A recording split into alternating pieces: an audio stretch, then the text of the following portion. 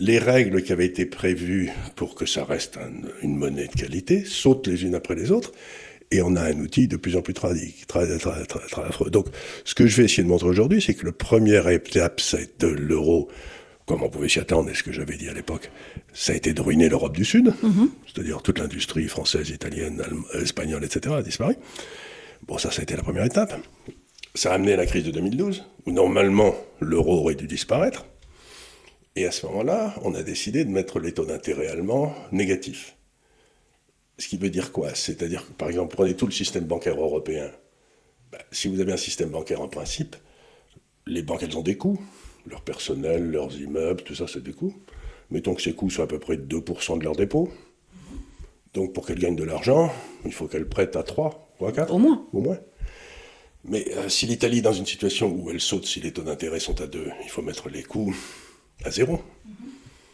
Mais à ce moment-là, si tu mets les coûts à 0 et que les banques restent avec des coûts à 2, elles gagnent moins 2. Donc la deuxième étape de l'euro, c'était que le système bancaire européen s'est effondré, la rentabilité s'est écroulée. Bon, ça s'est fait aussi, je vous montrerai.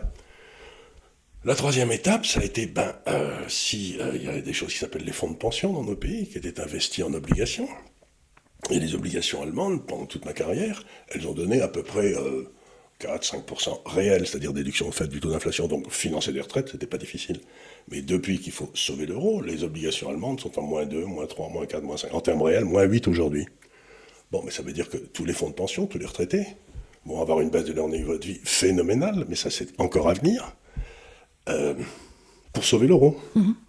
Et donc, on a donc déjà ruiné l'Europe du Sud, puis ensuite, deuxième étape, on a ruiné les banques, ce qui est de l'épargne à moyen-long terme en quelque sorte, puis maintenant on est en train de faire disparaître l'épargne à long terme de l'Europe, et je cherche désespérément ce qui reste encore... À qui profite le crime?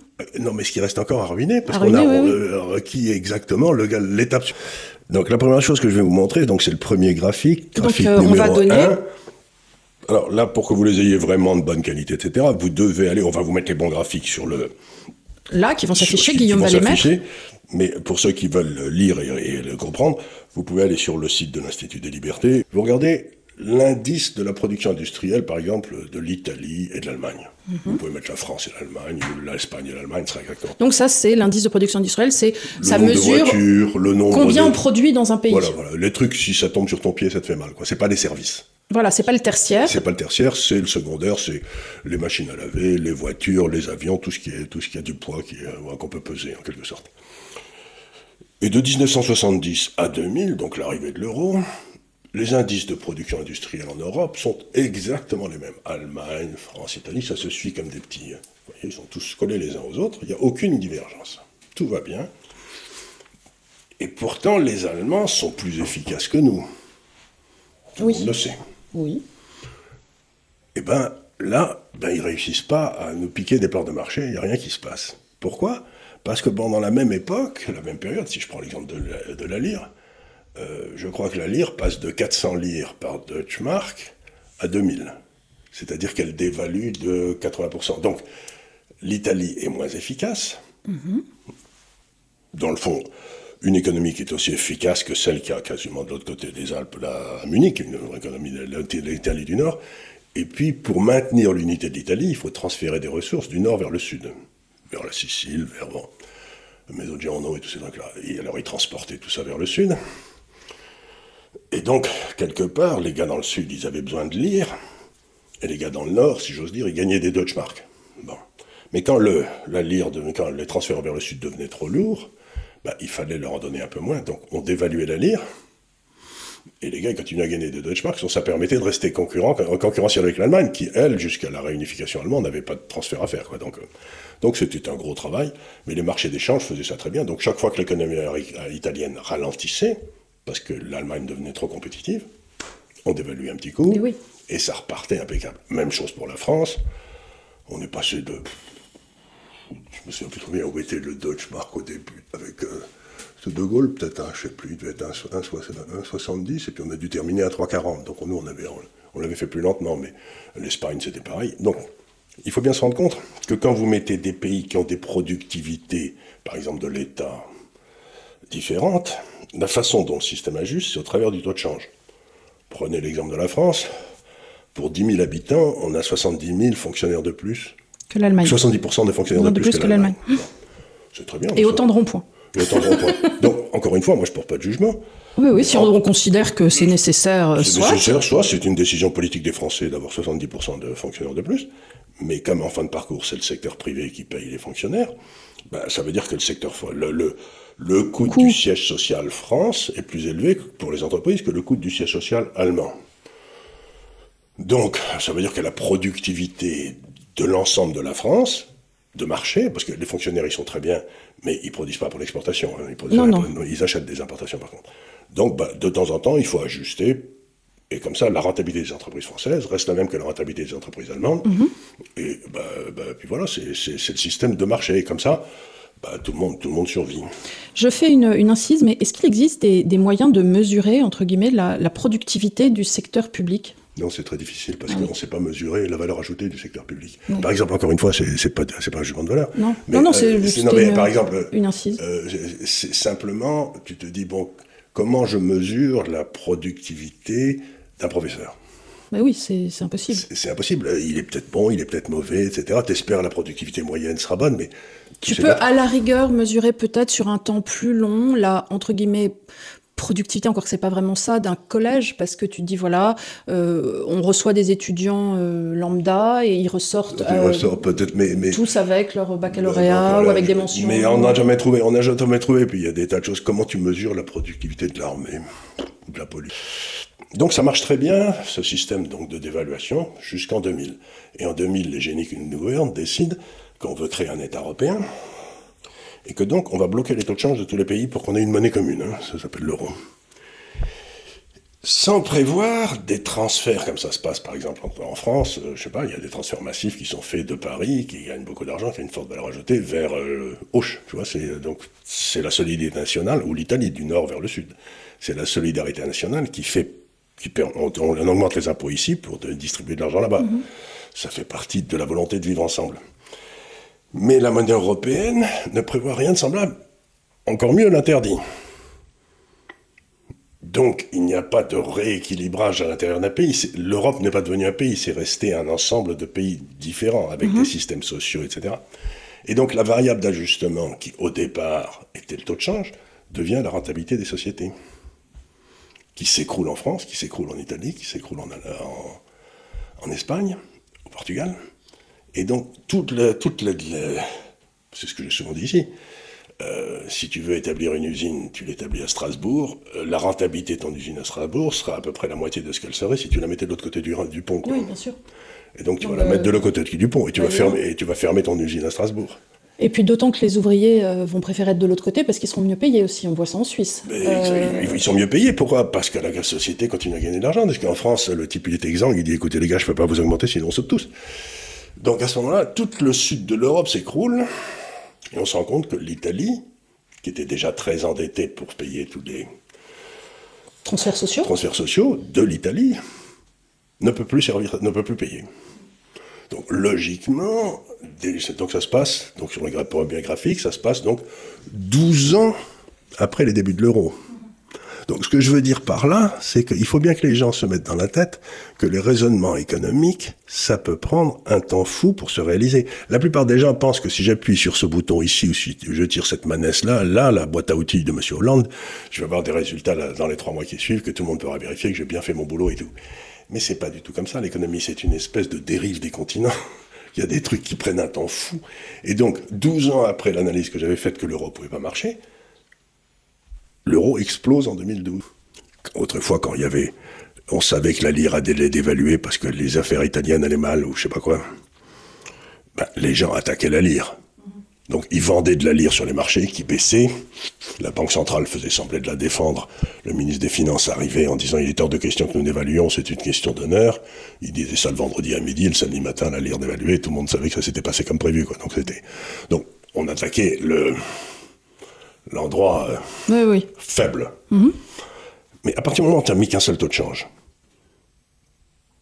t'attaques quoi ? Bah oui. Puisque tu peux plus attaquer la lire, puisqu'elle n'existe plus. Donc, à ce moment-là, ce que les marchés qui sont très malins, il ne faut jamais sous-estimer les marchés, faisaient, c'est qu'ils se sont mis à attaquer les marchés obligataires. Mais oui.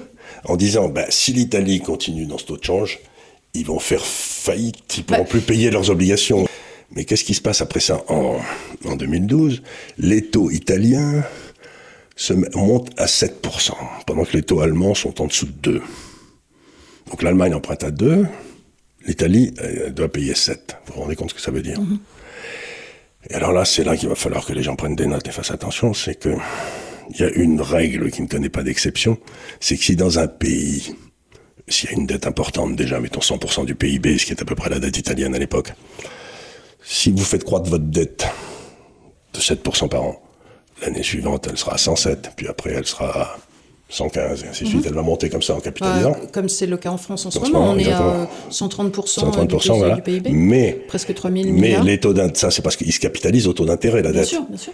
Mais la richesse, elle se capitalise au taux de croissance de l'économie. Qui est... 1 à 2 à tout casser pour l'Italie, nominal. Donc si vous capitalisez la dette à 7% et que vous capitalisez... La croissance à 1,5. Vous n'avez pas besoin d'avoir fait de longues études de mathématiques pour savoir que ça saute. Oui, il y a un moment tu peux pas avoir une courbe qui croît comme ça et une courbe qui croît comme ça. Voilà, si ton revenu augmente de 2% par an et que tes dépenses financières augmentent de 7% par an, il y a un moment où tes dépenses financières vont te faire sauter. Si tu continues à vivre en proportion, oui. Et donc la solution, c'est d'augmenter les impôts, etc. Donc ce qu'a fait ce coquin de Draghi, c'est qu'il a dit je vais forcer la baisse des taux italiens. C'est-à-dire qu'il a dit je vais imposer ma volonté au marché.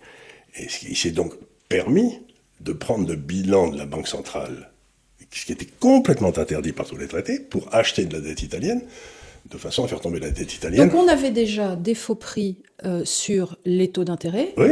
Et là, sur le taux de change. Et là, il nous fait un faux prix sur les taux d'intérêt. Sur les taux d'intérêt. Et donc, il écroule le taux italien en achetant des obligations italiennes, françaises, etc. Et alors, il les met où? Dans le bilan de la banque. Dans le bilan de la BCE. Et du coup, la masse monétaire augmente à due concurrence de tous ces achats. Bien sûr. Première vague inflationniste.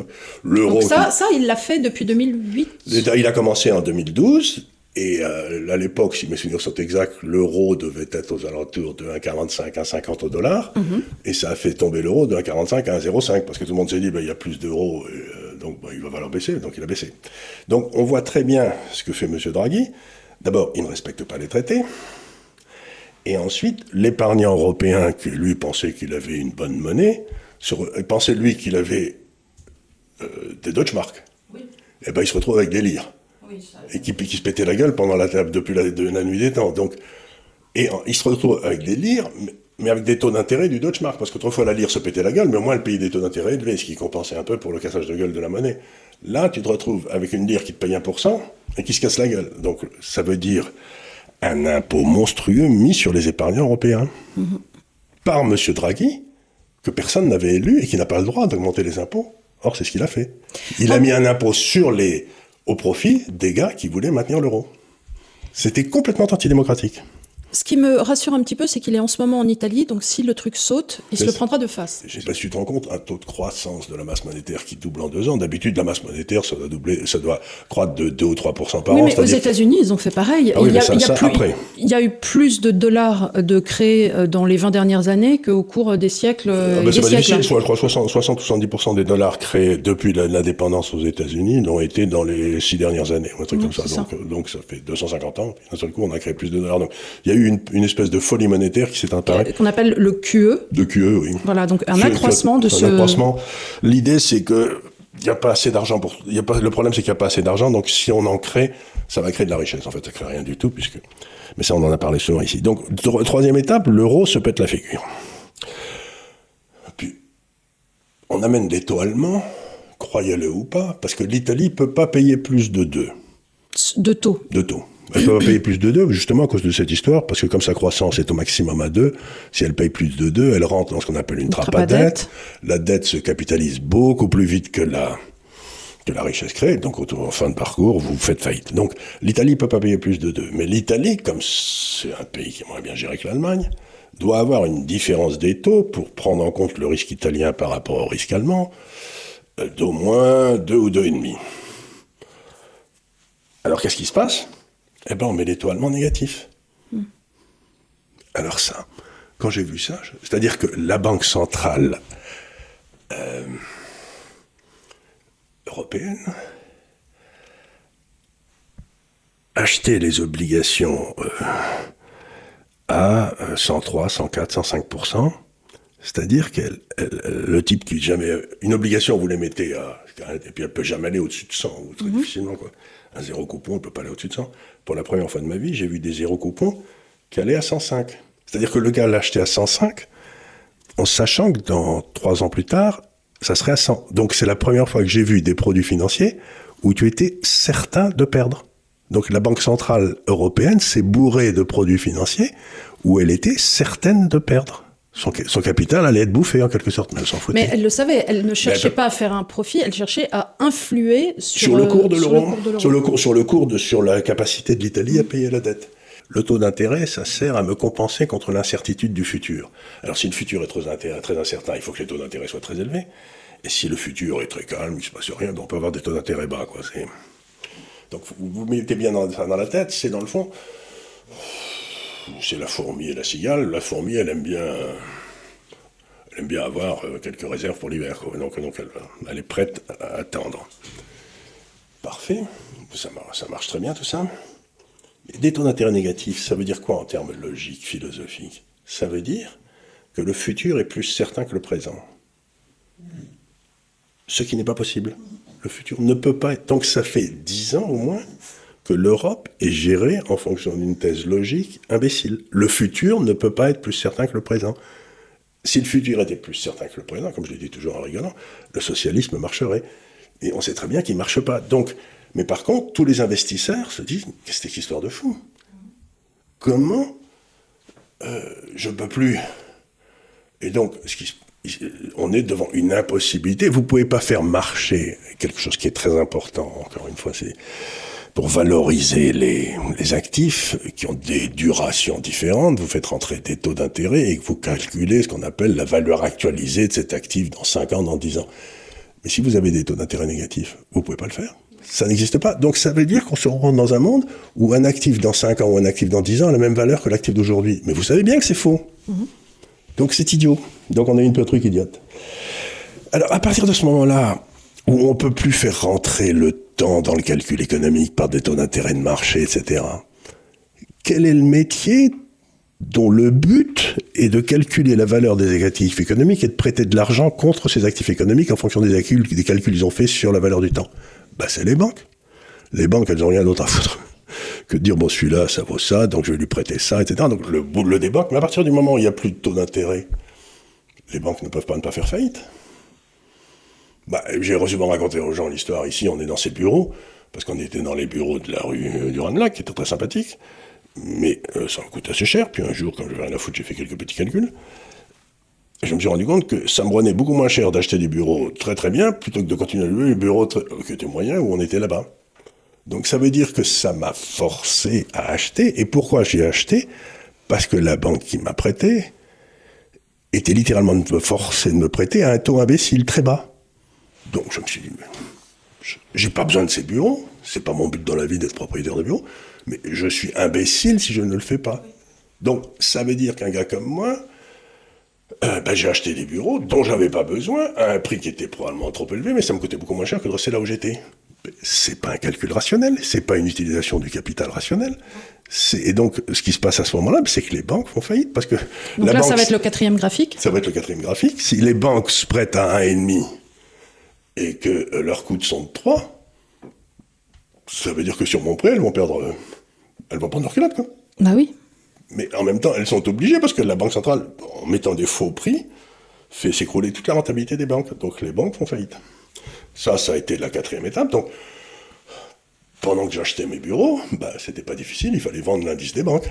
Oui, qui s'appelle le SX7E, SX7E, 37, je sais plus quoi. Avec un chiffre. Avec un chiffre, SX7E. Et c'est comme ça qu'il est appelé, enfin c'est l'indice des banques européennes, qui était quelque chose comme à 600 en 2006, au moment où tout le monde croyait encore à l'euro, et qui est maintenant à 80 ou 85. Donc ça veut dire que sur les banques, le type qui a acheté des valeurs bancaires, il a perdu, 80% de son capital. La BCE a prêté aux banques de l'argent, Société Générale, je sais pas qui, à moins 1,5. C'est formidable. C'est-à-dire, non, mais attendez, c'est-à-dire la Banque centrale prête de l'argent à la banque commerciale à moins 1,5. C'est-à-dire que la Banque centrale va payer à la banque commerciale 1,5 ou je sais pas quoi. Et avec ça, la banque commerciale prend cet argent prêté par la banque centrale, et qu'est-ce qu'elle fait? Elle achète des obligations italiennes à 2. Ce qui fait qu'elle, moins 1,5 plus 2, ça fait 3,5. Et donc, vous empêchez la banque de faire faillite comme ça. Mais c'est pas une opération de marché. Mais non. C'est une opération de détournement de fonds par la Banque centrale. C'était formellement interdit. De charité tout au mieux, mais de détournement très certainement. Très certainement. Donc, tu regardes ça, tu te dis que voilà, la deuxième étape, ça a été donc de foutre en l'air tout le système de discrimination. Mais à partir du moment où ça se passe, il est bien évident que le capitalisme de connivence ne peut que fleurir. On arrive donc à la troisième étape. Tout ça, c'est pour sauver l'euro. Mais il n'en reste pas moins qu'avec la crise du Covid et puis tout ça, puis maintenant le prix du pétrole qui monte, il est certain qu'on va avoir une récession en Europe. Parce que le prix du pétrole qui passe de 40-50 à 100-120, c'est une forte augmentation des impôts. Bah oui.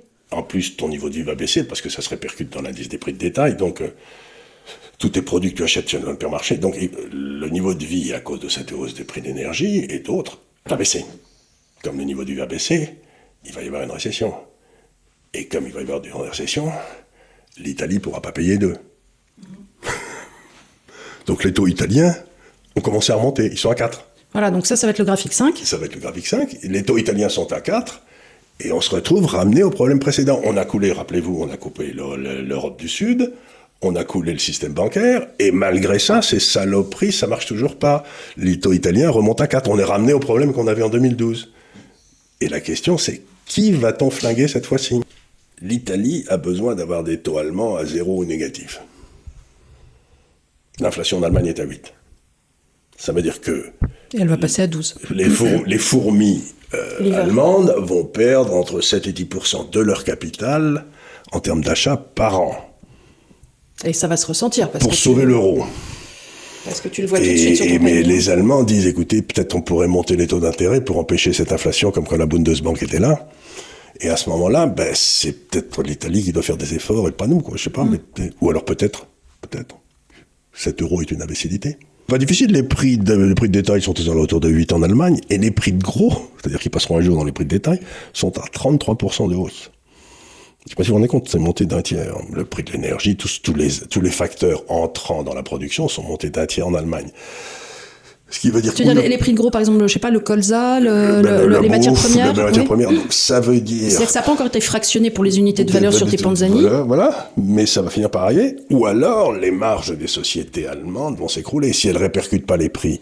Oui, mais elles ne vont pas laisser faire ça comme ça. Quand tu es un agro-industriel, tu y tiens un petit peu à tes marges. En principe, c'est ce qui te permet si les marges s'écroulent, la rentabilité des sociétés allemandes s'écroulant, à ce moment-là, ce qui va se passer, c'est qu'elles vont foutre des gens à la porte.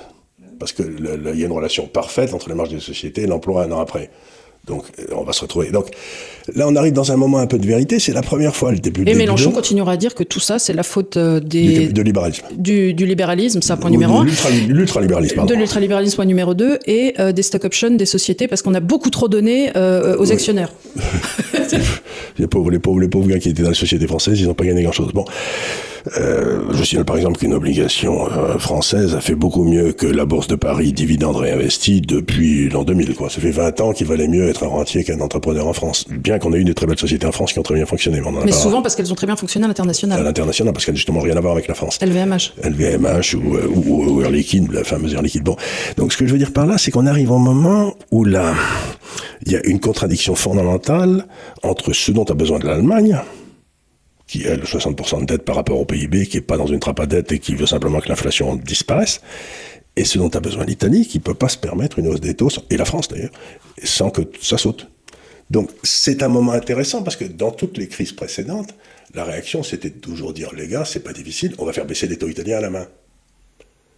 Mais là, comment vont-ils faire pour faire baisser les taux italiens ? Parce qu'il faut que les taux allemands montent. Oui. Mais si tu fais baisser le taux italien, est-ce qu'on va se retrouver à un moment où les obligations italiennes auront des rendements plus bas que les obligations allemandes, ce qui n'est pas possible, compte tenu du risque présenté. Donc on arrive un peu au moment de vérité dans l'euro, où il y a deux des grands pays, enfin l'Europe du Sud qui dit je veux des Tobas Bah, je veux des Tobas parce que je peux pas faire autrement aussi. Sinon parce que j'ai été géré comme un cochon, donc je peux pas payer ma dette. Et j'ai jamais pu, donc encore une fois, c'est pas une news, c'est un peu comme la Grèce quand on disait ah mais c'est incroyable et ainsi de suite, mais la Grèce n'aurait jamais dû rentrer dans l'euro avec sa comptabilité. C'est un pays qui a jamais tenu ses billets. Mais là on arrive à ce moment de vérité.